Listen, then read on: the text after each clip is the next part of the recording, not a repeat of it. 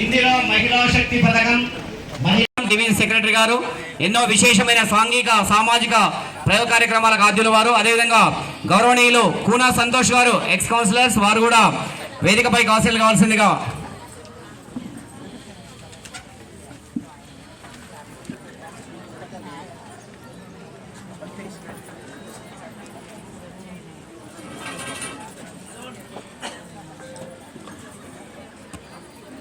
అదేవిధంగా గౌరవనీయులు ex councillor Shri George గారు, వారు కూడా వేదికాశీలు కావాల్సిందిగా సాధారణంగా వారికి విజ్ఞప్తి చేస్తా ఉన్నాం.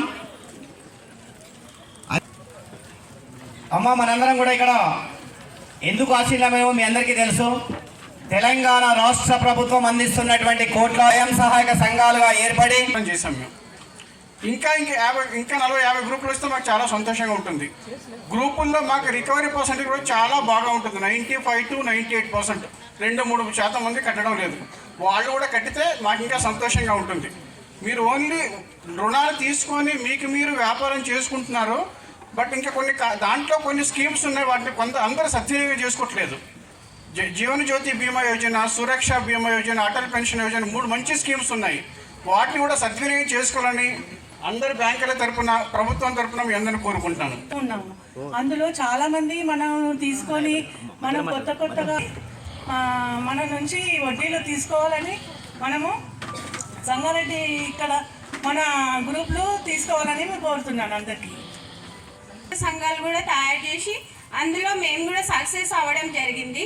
ఇందులో ఇప్పుడు మహిళా సంఘాల ద్వారా చాలా మంది ముందుకు వెళ్ళడం జరుగుతుంది. ఇందులో మహిళా శక్తి ద్వారా చాలా మంది ఉపాధి పొందడం జరుగుతుంది. ఎందుకంటే లోన్ తీసుకొని మనము ఇంట్లోకి వాడుకోకుండా కొన్ని చిన్న బిజినెస్ని స్టార్ట్ చేసి అందులో మనము సక్సెస్ అవ్వాలని ముఖ్య ఉద్దేశం నిర్వహించుకోవడం జరుగుతుంది. ఈ కార్యక్రమానికి ముఖ్య అతిథిగా గౌరవనీయులు తెలంగాణ ఇండస్ట్రియల్ చైర్పర్సన్ గారు శ్రీమతి నిర్మలా జగ్గారెడ్డి గారు ముఖ్య అతిథిగా విచ్చేసి ఉన్నారు. వారికి స్వాగతం తెలుపుతున్నాను. అదేవిధంగా వేదిక పైన ఉన్న అతిథి గారితో మాట్లాడి, అమ్మ ఈ ప్రోగ్రాం ఉంది, మనం ఎలా చేయగలం ఏంటి అంటే ఒకటే మాట అన్నారు, సార్ ఆ ఫ్లెక్సీలో ఇందిరా మహిళా శక్తి ఉంది సార్, రేపు మా శక్తి ఏంటో చూపిస్తానని చెప్పింది. సో ఈరోజు నేను అనుకున్నది 300 మంది వస్తారేమో అనుకున్నాను. అరౌండ్ ఒక 700 మంది వచ్చారు ఇక్కడికి. సో దీన్ని బట్టి చూస్తేనే అర్థమవుతుంది ఇందిరా మహిళా శక్తిలో ఎంత శక్తి ఉందో అని.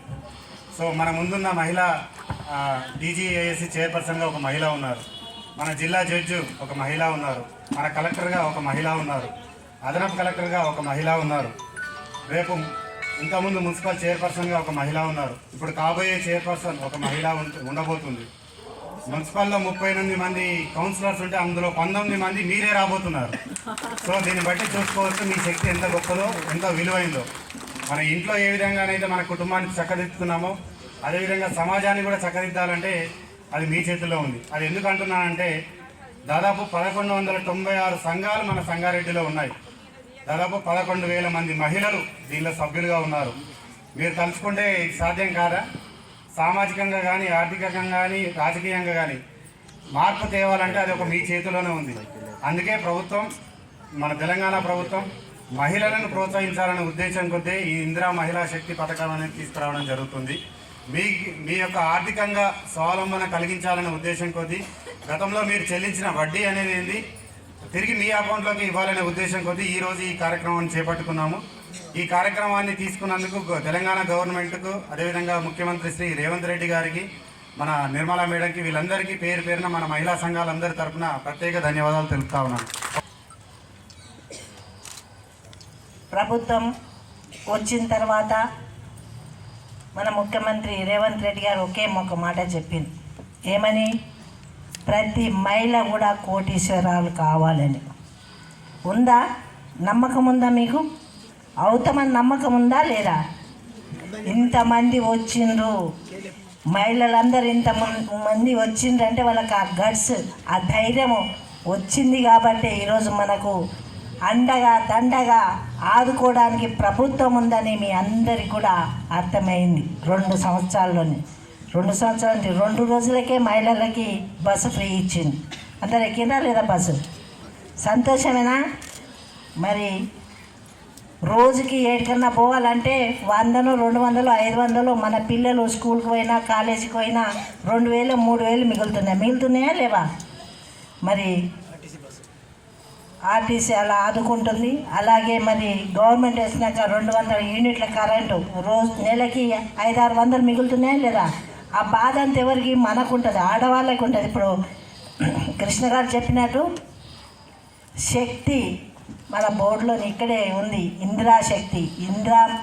ఇందిరాగాంధీ కూడా ఒక మహిళ ఉండి దేశాన్ని పరిపాలించింది. కష్టకాలంలో కూడా మరి ఆమె సత్తా చూపించి ప్రజలకు న్యాయం చేసింది. ఆమె ఎక్కడి నుంచి గెలిచి ప్రధానమంత్రి అయింది? మెదక్ నుంచి, మన జిల్లా నుంచి గెలిచి దేశాన్ని ఏలింది. అంటే మన మెదక్ జిల్లా ఇప్పుడు ఉమ్మడి జిల్లాలో మన మెదక్ జిల్లా అంత పవర్ఫుల్ అని అర్థమవుతుంది.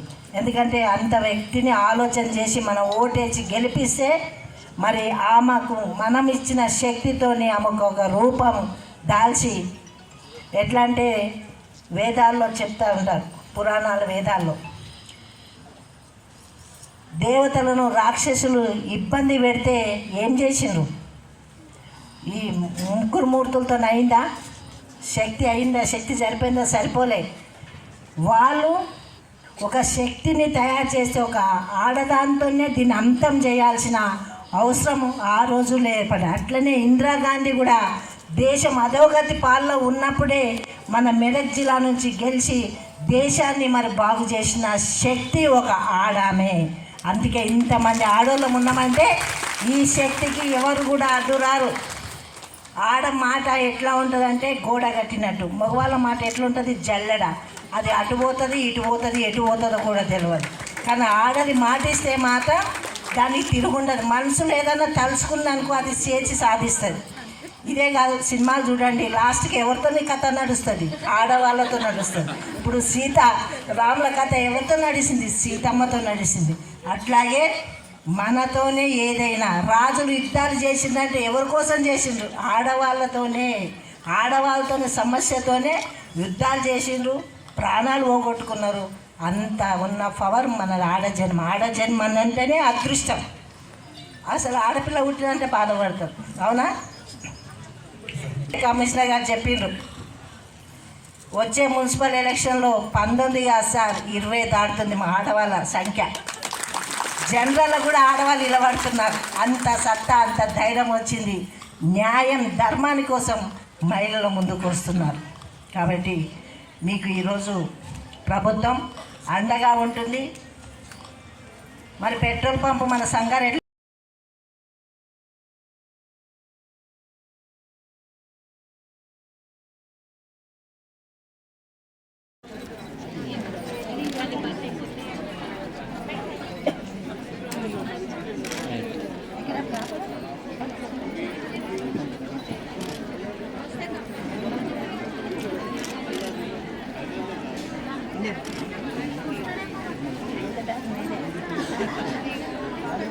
బ్యాంకర్స్ అందరికి కూడా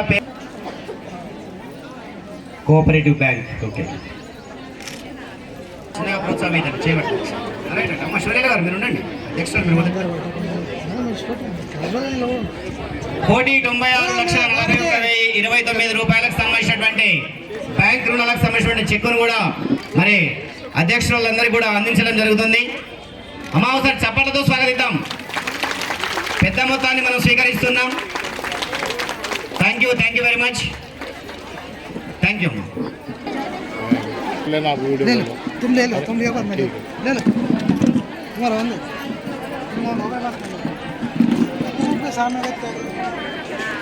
అమ్మ అలాగే నిలబడాలి, ఫోటోగ్రాఫర్స్ ఫోటో తీసిందాక.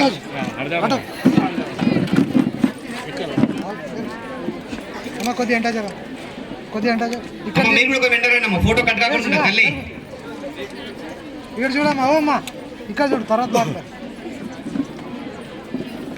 హరీఫ్ అన్న నువ్వు రైట్ అన్నదాకా వాళ్ళందరూ అలాగే నిలబడతారు.